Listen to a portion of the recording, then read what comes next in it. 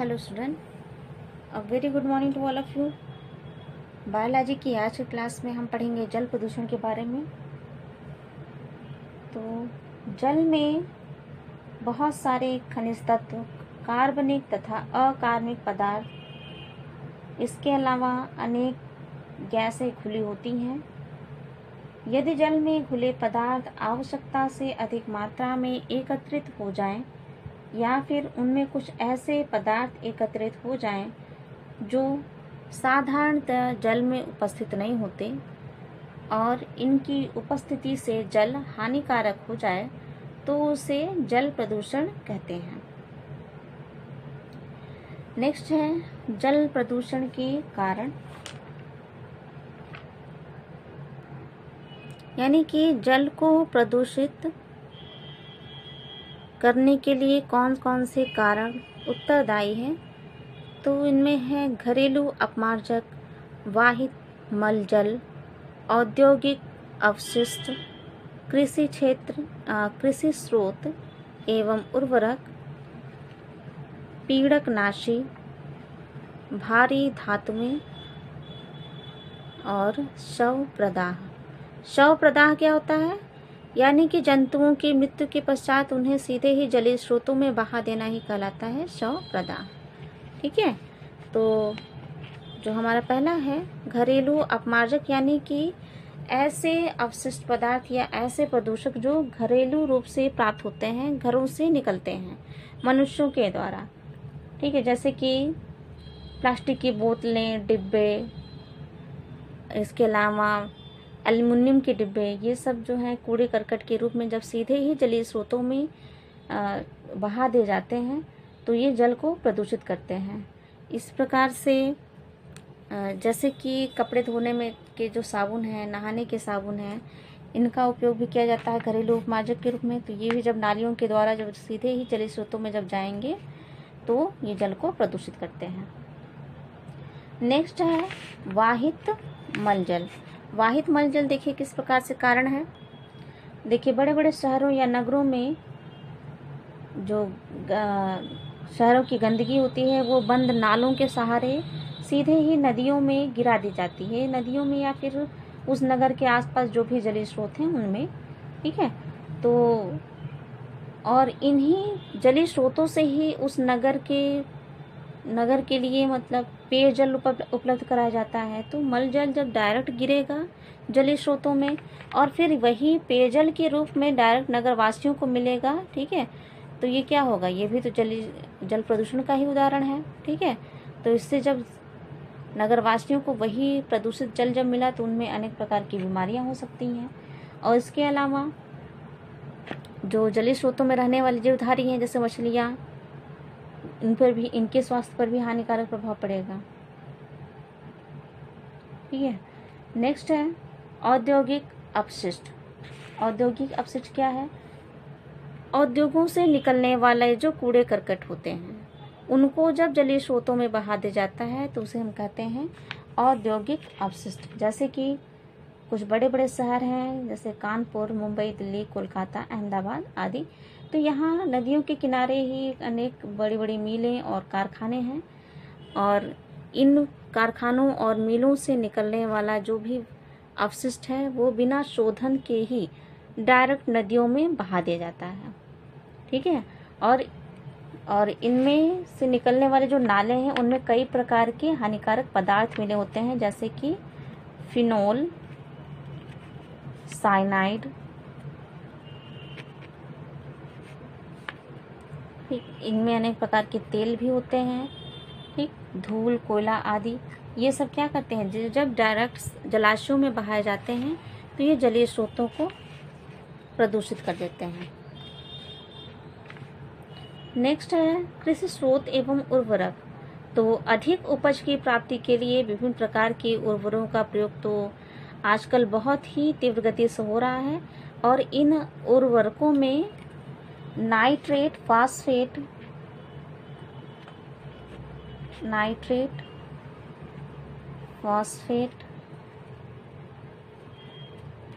Potassium आदि का उपयोग बहुत होता है, ठीक है। मतलब कि इन उर्वरकों में नाइट्रेट, फास्फेट और पोटेशियम बहुत ही अधिक मात्रा में मिली रहती हैं। तो जो जब इनको खेतों में जब इनका छिड़काव किया जाता है तो बरसात के सीजन में जब पानी बरसता है तो ये वर्षा के जल के साथ जलीय स्रोतों में भी ये मिल जाते हैं, ठीक है। और जलीय स्रोतों में जब मिल जाते हैं तो ये जलीय स्रोतों को हानि पहुंचाते हैं, ठीक है। और जलीय स्रोतों को ये प्रदूषित करते हैं। नेक्स्ट है पीड़कनाशी यानी कि पेस्टिसाइड। ये क्या है? पीड़कनाशी के अंतर्गत आएगा फंगीसाइड यानी कवकनाशी, कीटनाशी, शाकनाशी, ठीक है। यानी कि इनके अंतर्गत कौन कौन से आएंगे? इनके अंतर्गत आएंगे शाकनाशी को बोलते हैं हर्बिसाइड्स। कवकनाशी यानी कि फंगीसाइड्स।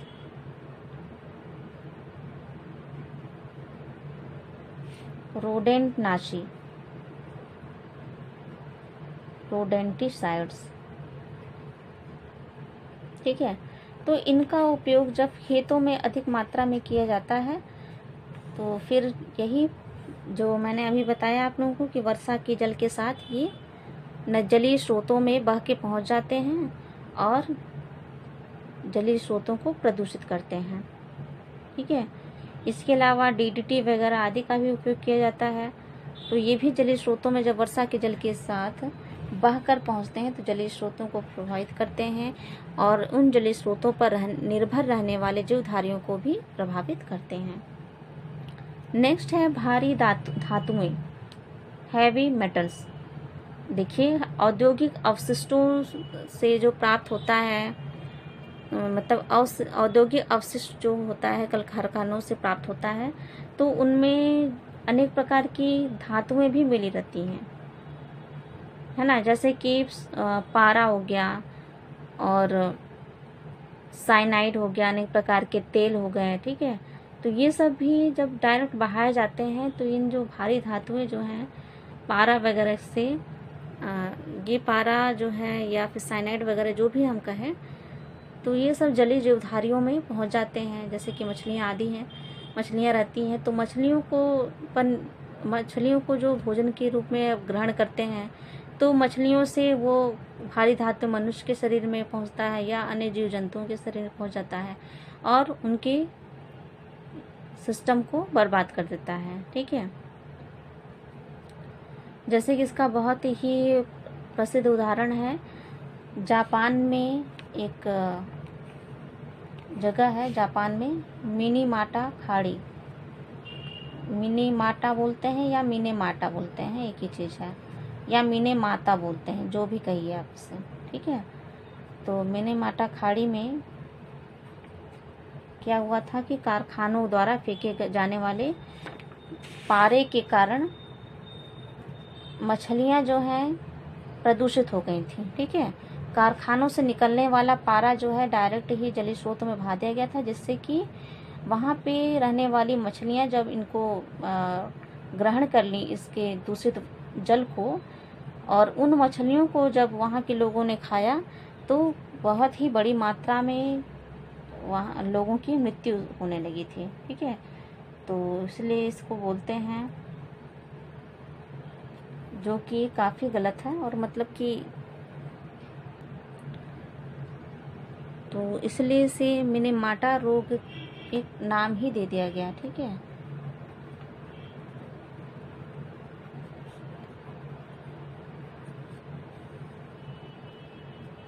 यानी कि मछलियों के द्वारा पारा को ग्रहण किया गया, और जब इन पारा से ग्रसित मछलियों को जब मनुष्य ने ग्रहण किया तो उनमें एक रोग उत्पन्न हो गया। इससे रोग को नाम ही दे दिया गया मिनेमाटा,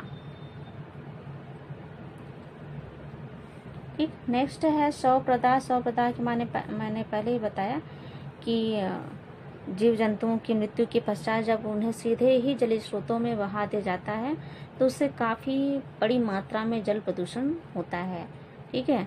जैसे कि कुछ धार्मिक विश्वास भी है हमारी नदियों के प्रति, जैसे गंगा, जमुना आदि। तो इनमें मनुष्य और पशुओं के मृत शरीर को प्रवाहित कर दिया जाता है। तो जब ये मृत शरीर जब जलीय स्रोतों में बहता है तो सड़ने गलने से ये क्या होते हैं, जब ये सड़ता है गलता है तो वाटर को प्रदूषित तो करता ही है, जल को, ठीक है। तो इससे भी क्या होता है, जल प्रदूषण होता है,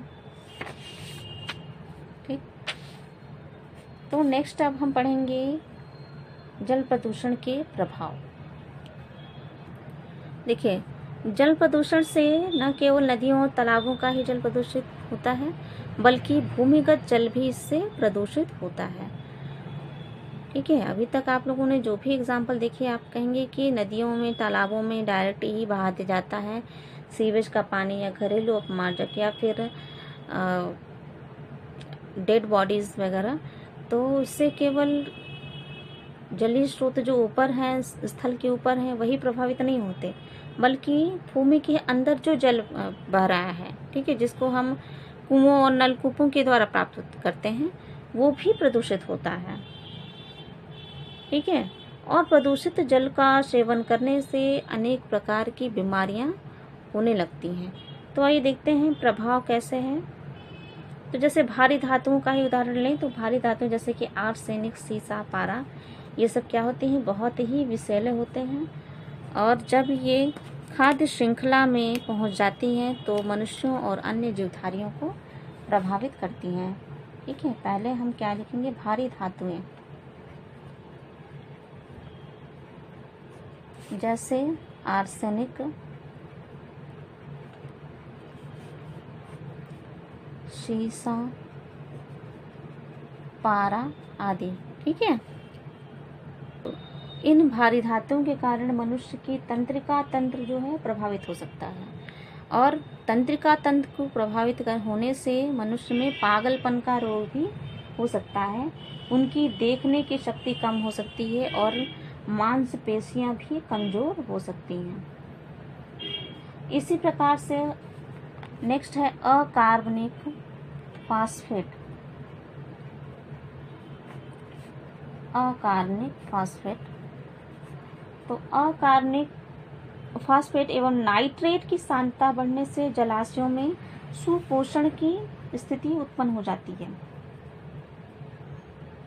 नाइट्रेट की मात्रा बढ़ने से, ठीक है, जलाशयों में सुपोषण हो सकता है। अब आप कहेंगे सुपोषण तो अच्छा है, लेकिन नहीं।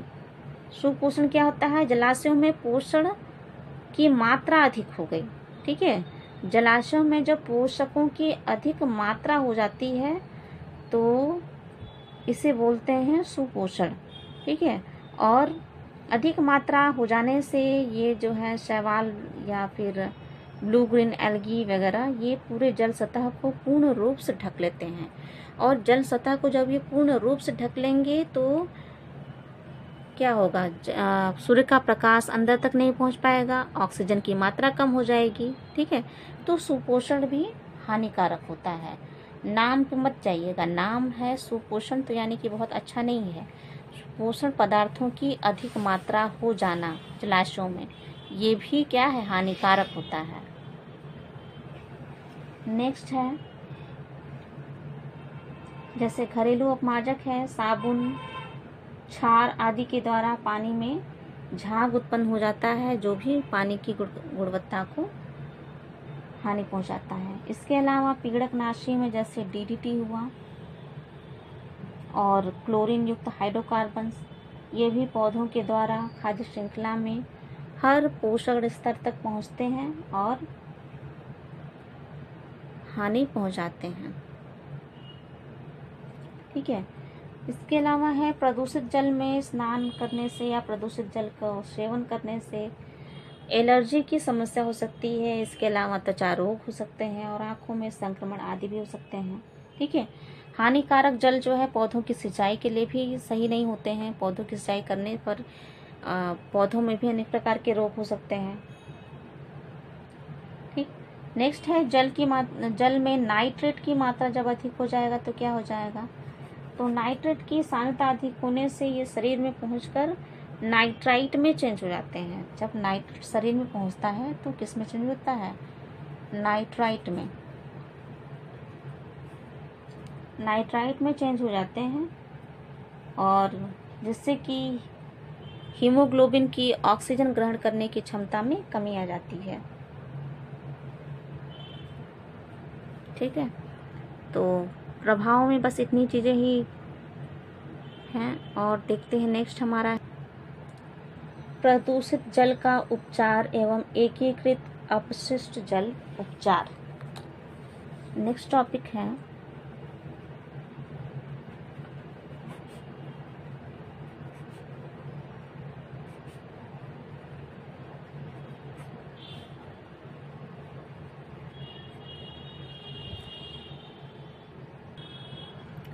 देखिए, प्रदूषित जल का उपचार एवं एकीकृत अवशिष्ट जल उपचार जो है, तो इसको हम जल प्रदूषण की रोक के उपाय के लिए हम इसे यूज़ कर सकते हैं। मतलब जल प्रदूषण को किस प्रकार से रोका जा सके, तो इसको हम वेस्ट वाटर ट्रीटमेंट भी कह सकते हैं। Waste water treatment.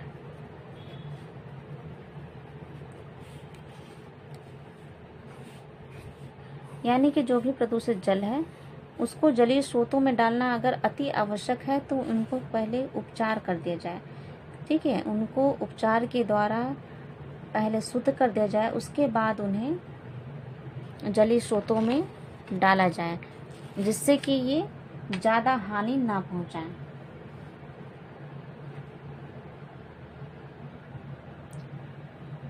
तो ये वेस्ट वाटर ट्रीटमेंट जो है तीन भागों में बटा हुआ है। पहला है प्राथमिक उपचार यानी कि प्राइमरी ट्रीटमेंट, सेकेंडरी ट्रीटमेंट और टर्सरी ट्रीटमेंट। ठीक है, तो प्राइमरी ट्रीटमेंट में क्या होता है कि प्रदूषित जल में उपस्थित बड़े बड़े कणों को कुछ भौतिक क्रियाओं जैसे कि अवसादन, सेडिमेंटेशन। ठीक है, प्राइमरी ट्रीटमेंट में क्या किया जाता है, जो जल में उपस्थित बड़े बड़े कण होते हैं उनको कुछ भौतिक क्रियाओं जैसे कि अवसादन, प्लवन, छानन आदि विधि द्वारा अलग कर लिया जाता है। ठीक है, जो प्रदूषित जल जलीय स्रोतों में छोड़ा जाना है तो प्राइमरी ट्रीटमेंट में पहले उनको हम छान लेते हैं। ठीक है, बड़े बड़े कणों को शोधित कर लिया जाता है, छान लिया जाता है। ठीक, फिर उसको सेकेंडरी ट्रीटमेंट के लिए नेक्स्ट टैंक में भेजा जाता है। द्वितीयक उपचार में, ठीक है, उसका सेकेंडरी ट्रीटमेंट भेजा जाता है नेक्स्ट टैंक में, उनका द्वितीयक उपचार किया जाता है। तो इस चरण में सूक्ष्म जीवों का उपयोग किया जाता है। सेकेंडरी ट्रीटमेंट में सूक्ष्म जीवों का उपयोग किया जाता है। तो इसके लिए प्राथमिक उपचार के बाद जल को एक ऑक्सीडेशन पॉन्ड में इकट्ठा किया जाता है ना, एक ऑक्सीडेशन पॉन्ड में जमा कर दिया जाता है और कार्बनिक पदार्थों की मौजूदगी के चलते इस जल में शैवाल आदि अच्छी वृद्धि करते हैं। शैवाल और अन्य सूक्ष्म जीव जो हैं उनकी वृद्धि तीव्र गति से होती है और शैवाल जो है जब वृद्धि करते हैं तो कार्बन डाइऑक्साइड को प्रकाश संश्लेषण की क्रिया के द्वारा उपयोग कर लेते हैं और ऑक्सीजन मुक्त कर देते हैं। ठीक है, तो इस प्रकार से ऑक्सीकरण जो बॉन्ड है उसमें शैवाल और जीवाणुओं के बीच एक सहजीविता स्थापित हो जाती है और इस सहजीविता से हानिकारक जीवाणु नष्ट हो जाते हैं या हानिकारक जीवाणु जो हैं यहाँ पे समाप्त हो जाते हैं।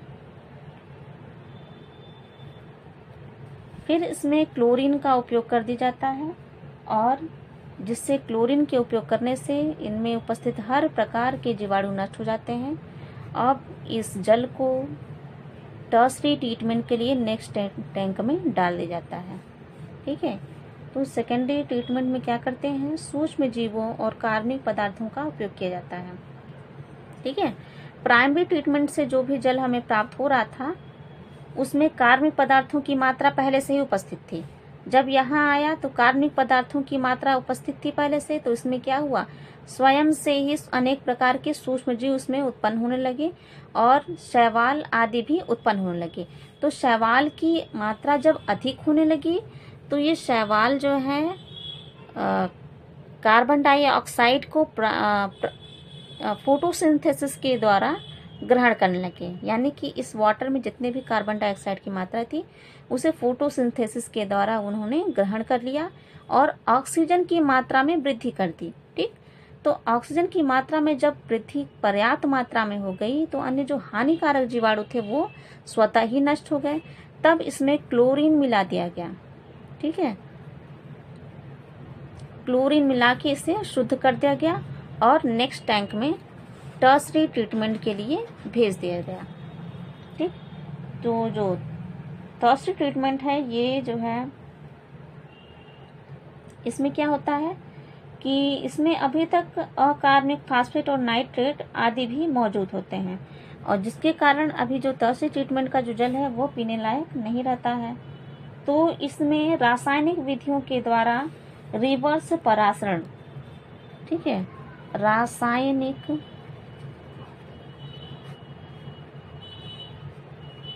विधियों के द्वारा इसमें जल का शोधन किया जाता है, जैसे कि रिवर्स परासरण, रिवर्स परासरण यानी कि रिवर्स ऑस्मोसिस, रिवर्स परासरण और ऑक्सीडेशन यानी कि ऑक्सीकरण। तो रिवर्स परासरण और ऑक्सीकरण विधि के द्वारा इसमें जल का शोधन किया जाता है और फिर जब जल का शोधन हो जाता है तो इन्हें जलीय स्रोतों में भेज दिया जाता है। ठीक, जलीय स्रोतों में इन्हें बहा दिया जाता है। तो इस प्रकार से इन तीनों ट्रीटमेंट के द्वारा जो है जल को शोधन किया जा सकता है और उन्हें जब जलीय स्रोतों में भेजा जाता है तब ये जल पूर्ण रूप से पीने योग्य हो जाता है। ठीक है, तो इस प्रकार से वेस्ट वाटर ट्रीटमेंट करके जल प्रदूषण को काफ़ी हद तक कम किया जा सकता है। नेक्स्ट हेडिंग है जैव रासायनिक मांग, बायोकेमिकल ऑक्सीजन डिमांड यानी कि बीओडी।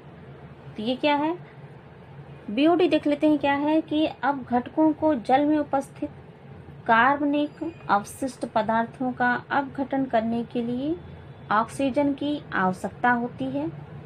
यदि जल में कार्बनिक अवशिष्ट पदार्थों की अधिकता होती है तो उनके विघटन की दर व ऑक्सीजन की खपत बढ़ जाती है, जिससे कि जल में घुलित ऑक्सीजन की मात्रा कम हो जाती है।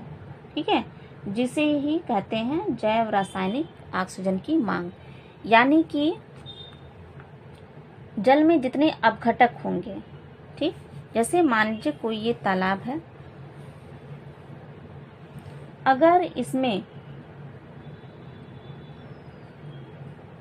अनेक प्रकार के कार्बनिक अवशिष्ट पदार्थ आ जाएं, ठीक है, कार्बनिक अवशिष्ट पदार्थों की मात्रा अधिक हो जाए तो जो अपघटक होंगे उनको इन कार्बनिक अवशिष्ट पदार्थों को नष्ट करने के लिए अधिक मात्रा में ऑक्सीजन की आवश्यकता पड़ेगी। तो जब अधिक मात्रा में ऑक्सीजन की आवश्यकता पड़ेगी तो ऑक्सीजन की मात्रा में क्या होगी, कमी आती जाएगी, क्योंकि खपत अधिक हो रही है तो इसमें ऑक्सीजन की मात्रा कम होती जाएगी। तो इसलिए कह सकते हैं कि इसका सीधा संबंध यानी कि ऑक्सीजन की आवश्यकता का सीधा संबंध जल में कार्बनिक पदार्थों की बढ़ती मात्रा से है। यानी कि किसी जलाशय के जल में या किसी जलीय स्रोत में जितने भी अधिक मात्रा में कार्बनिक पदार्थ होंगे तो उनको नष्ट करने के लिए अधिक मात्रा में ऑक्सीजन की भी आवश्यकता पड़ेगी। ठीक है, इसे ही कहते हैं जैव रासायनिक ऑक्सीजन मांग या फिर बीओडी। बीओडी ऑक्सीजन की उस मात्रा का मापन है जो जल के एक नमूने में वायवीय जैविक अपघटकों द्वारा जैव क्षयकारी कार्बनिक पदार्थों के अपघटन के लिए आवश्यक है। देखिए बीओडी क्या है, यह ऑक्सीजन की उस मात्रा का मापन है जो जल में उपस्थित कार्बनिक पदार्थों के अपघटन के लिए आवश्यक है। और कार्बनिक पदार्थ कैसे होने चाहिए? क्षयकारी होने चाहिए।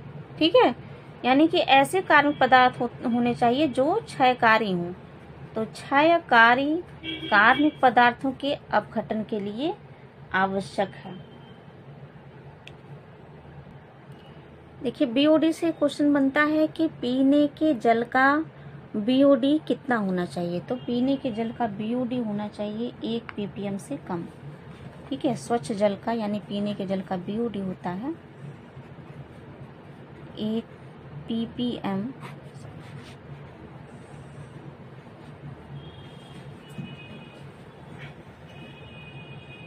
से कम।